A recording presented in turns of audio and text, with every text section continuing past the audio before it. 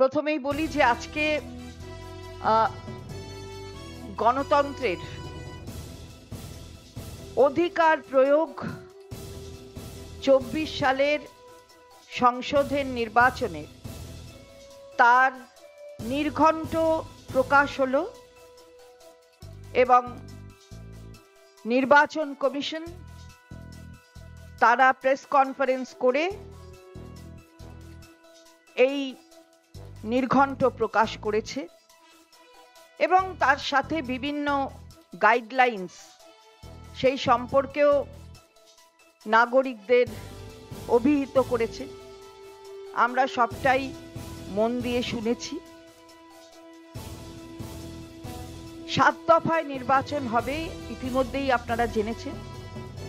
১৯শে April থেকে প্রথম দফার নির্বাচন এবং তারপর ১লা জুন অবধি ৭টি দফায় নির্বাচন হবে এবং ৪ঠা জুন ফলাফল ঘোষণা।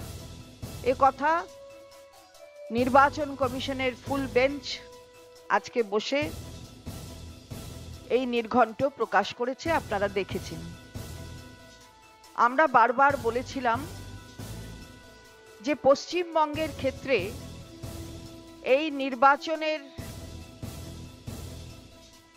ধাপ দুটি ধাপে অথবা একটি ধাপে হোক, কিন্তু আমরা দেখলাম যে একই পদ্ধতি অবলম্বন করে ৭টি দফায় নির্বাচন ঘোষণা হলো পশ্চিমবঙ্গের ক্ষেত্রে।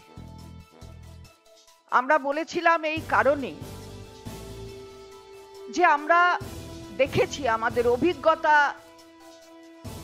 থেকে আমরা জানতে পেরেছি যে যদি এক দফায় ভোট হয় অথবা ২ দফায় ভোট হয় তাহলে ভোটারদের ভোট দেওয়ার ক্ষেত্রে সুবিধা হয় এবং ভোটার ভোট প্রদান করছে এই সংখ্যাটা অনেক বেশি হয়। যদি দফা বাড়ে তাহলে ভোটার সংখ্যায় একটা কমতি দেখা যায়। সেই কারণে আমরা এক দফায় ভোট কিংবা ২ দফায় ভোট এটা অনুরোধ করেছিলাম, কিন্তু ৭ দফায় ভোট হচ্ছে। আমরা এটা বলেছি কারণ আমরা দেখেছি, যে কথা বললাম, যে ২০১৯-এর নির্বাচন সেখানেও অনেক দফায় ভোট হয়েছিল এবং সেখানেও এই টার্ন আউট অর্থাৎ ভোটার্স টার্ন আউট, কত ভোটার ভোট দিচ্ছেন, সেটা কমে গিয়েছিল আগের ভোটের সংখ্যা যদি ভোটারের সংখ্যা আমরা দেখি। এটা যুক্তরাষ্ট্রীয় পরিকাঠামোর বিরুদ্ধে।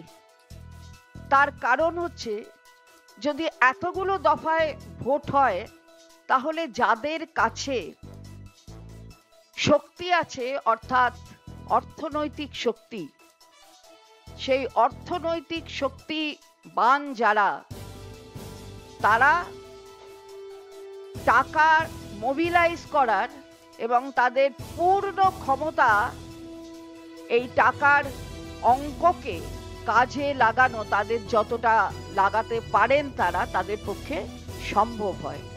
তাহলে যাদের ফান্ড কম, যে সমস্ত রাজনৈতিক দলের, তাদের থেকে যাদের কাছে ফান্ড বেশি, তারা বেশিভাবে সেটা মোবিলাইজ করতে পারেন, টাকাটা লাগাতে পারেন নির্বাচনের ক্ষেত্রে। আর আমরা তো দেখেছি বিগত দিনগুলোতে, এবং নতুন তথ্য প্রমাণ করে দিচ্ছে যে এখনের এনফোর্সমেন্ট ডাইরেক্টরেট অথবা অন্যান্য নিরপেক্ষ সংস্থাগুলো আর তাদের নিরপেক্ষতা বজায় রাখতে পারছে না, সবকিছুর ওপরেই থাবা বসাচ্ছে একটা সরকার যারা কেন্দ্রে শাসন ক্ষমতায় আছে।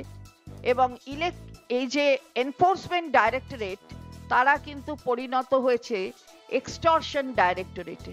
এবং যে নতুন তথ্য ইলেকটোরাল বন্ডস নিয়ে এসছে, তাতেও কিন্তু দেখা গেছে যে যেখানে যেখানে ইডি সিবিআই হয়েছে, তারা কোন পার্টিকে তাদের বেশি টাকা দিয়েছে সেটা দেখেছিলাম। তাহলে এটা এক্সটর্শন ডাইরেক্টরেট, আমরা এটাই বলেছিলাম এটা যেন না হয়।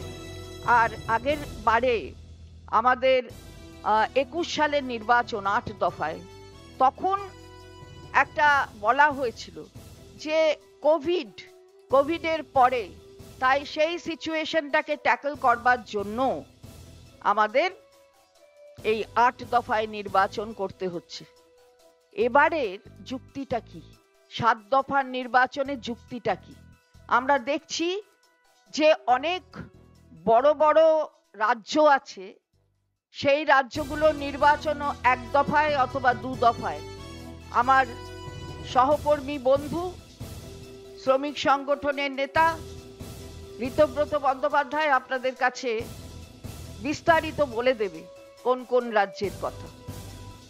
তো আমরা বলছি যে হঠাৎ দেখা গেল তারা আজকে করলেন, আপনারা দেখলেন যে ফুল বেঞ্চ কি। আমরা সমালোচনা করছি না, ইলেকশন কমিশনের সমালোচনা করছি না, কিন্তু আমরা দেখলাম যে মাননীয় প্রধানমন্ত্রী একটা ক্রিকেট দলের অধিনায়কের মতন কাজ করলেন, করে কি করলেন, আম্পায়ার নিজেই বেছে দিলেন। অর্থাৎ একটা ক্যাপ্টেন আম্পায়ার বেছে দিচ্ছে, খেলা হবে মাঠে। বুঝুন, আমরা সেই জায়গায় একটা প্রতিবাদ আমাদের নিশ্চিতভাবে করছি। আর দেখেছেন তো চণ্ডীগড়ের পৌর নির্বাচন কিভাবে লুট হয়েছে, কিভাবে ভোট লুট হয়েছে, সেটা সর্বজন বিদিত। এবং সুপ্রিম কোর্টের ডিরেকশনে তারপরে একদম চালটা উল্টে গেছে। তো আজকে এই জায়গাগুলো মানুষ দেখছেন, সারা ভারতবর্ষের মানুষ।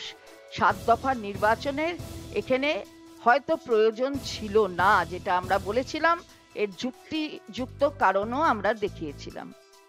আমরা বলতে চাই যে আবার আমাদের এখান থেকে টাকা নিয়ে গেছেন 4,60,00,000 কোটি টাকা, 60,000 কোটি টাকা, 4.60 crores তারা তুলে নিয়ে গেছেন এখানে। কিন্তু এখানকার থেকে বাংলাকে তার প্রাপ্য অধিকারের টাকা দেওয়া হয়নি।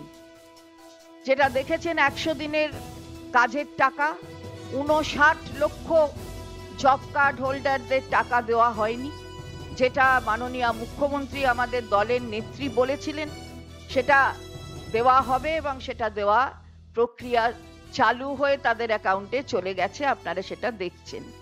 আবাস যোজনা 11,36,000 তো অনুমোদিত, সেই 11,36,000 অনুমোদিত আবাস প্রাপকদের তাদের টাকা বন্ধ করে দেওয়া হয়েছে। এটাও সময়সীমা দেওয়া হয়েছে, না হলে রাজ্য সরকার তার নিজের কোষ অর্থাৎ ফান্ড থেকে দিয়ে দেবে। তো আজকে কি মোদি গ্যারেন্টি, সেটা আমরা প্রশ্ন করতে চাই। মোদিজির কি কি গ্যারেন্টি ছিল? ধরতে হলে তো 14 সাল থেকেই ধরতে হবে। এটা অ্যাট দ্য কস্ট অফ রেপিটিশনই আমরা রিপিট করব যে 14 সালের আসার আগে বলা হয়েছিল 15 লক্ষ টাকা সকলের ব্যাংক অ্যাকাউন্টে, 15 পয়সা যায়নি। 2 কোটি চাকরি বেকারের, তাহলে এতদিনে 20 কোটি চাকরি হয়ে যেত। কেন্দ্রের সরকারের চাকরি হয়নি। 20 কোটি কেন, একটাও তথ্য দেখাতে পারবেন না, এখন অবধি দেখাননি। তারপরে নির্বাচনে একটার পর একটা প্রতিশ্রুতি দেওয়া। আজকে কি প্রতিশ্রুতি দিচ্ছেন, কিসের প্রতিশ্রুতি? আর প্রতিশ্রুতি মানে কখন স্বনির্ভর হবে? 2047-এর সময় দেখে তার একটা এমন রাস্তা তৈরি করবার চেষ্টা করছেন যেটা হাস্যকর। আসলে খালি মুখের কথা, প্রতিশ্রুতি রক্ষা করার কোনো জায়গা নেই, কোনো জায়গা, কোনো রাস্তা দেখান না, এটাই হচ্ছে সবচেয়ে বড় কথা। আর যদি তুলনামূলকভাবে আপনি দেখেন, তাহলে আমাদের নেত্রী, রাজ্যের মুখ্যমন্ত্রী, সারা ভারতবর্ষের একমাত্র মহিলা মুখ্যমন্ত্রী, পদে পদে দেখাচ্ছেন যে তাকে মুখে বলতে হয় না মমতা গ্যারেন্টি, এটা মুখে বলতে হয় না, তাকে দেখে মানুষ বোঝেন যে মমতা ব্যানার্জি যা বলছেন সেটা কাজে করে দেখাবেন। তিনি যে গ্যারেন্টার, যে কথায় শুধু নয়, সেটা কিন্তু বাংলার মানুষ বুঝে গেছেন, এমনকি ভারতবর্ষের মানুষও বুঝে গেছেন। ফলে আজকে বেটি বাঁচাও বেটি পড়াও, 1 টাকাও কোনো বেনিফিশিয়ারি পায় না। উজ্জ্বলায় এখনের যদি দাম ধরি তাহলে কত পয়সা, সেই টাকাটা দেবার মতো ক্ষমতা কজনের আছে সে বিষয়ে কোনো সার্ভে নেই। আর 6টা সিলিন্ডার পরপর না নিলে যে ডিঅ্যাক্টিভেটেড হয়ে গেছে কতজনের, তার তথ্যও কিন্তু কেন্দ্রীয় সরকারের কাছে নেই। সুতরাং দেনও না, কেন্দ্রীয় সরকার দেনও না, মানুষের কাছে পৌঁছান না। ফলে এই যে মোদি গ্যারেন্টি চারিদিকে, সেখানে শুনছি সেখানেই সংবাদ মাধ্যমের বিভিন্ন সংবাদ মাধ্যম, ইলেকট্রনিক মিডিয়া হোক অথবা সে মিডিয়া এমনি প্রিন্ট মিডিয়া হোক অথবা আপনার রেডিওতে হোক, তখনই শুনছি মোদি গ্যারেন্টি। ভাবলাম যে কি গ্যারেন্টি বুঝি, কিন্তু দেখলাম আসল গ্যারেন্টি কিছু নয়। ওই যে কথা আমাদের মাননীয় সাংসদ অভিষেক বন্দ্যোপাধ্যায় বলেছেন, মোদি গ্যারেন্টি মানে জিরো ওয়ারেন্টি। আর মমতা ব্যানার্জিকে গ্যারেন্টি বলতে হয় না, মানুষ জানেন মমতা গ্যারেন্টি, সেটা হচ্ছে আজীবন ওয়ারেন্টি। সুতরাং এটাই আপনাদের কাছে আজকে বলতে চাই যে 7 দফার নির্বাচনের প্রয়োজন ছিল না, তা সত্ত্বেও এই বাংলাকে এই জায়গায় নিয়ে এসে 7 দফার নির্বাচন আজকে ঘোষণা করেছেন নির্ঘণ্টের মাধ্যমে নির্বাচন কমিশনের ফুল বেঞ্চ।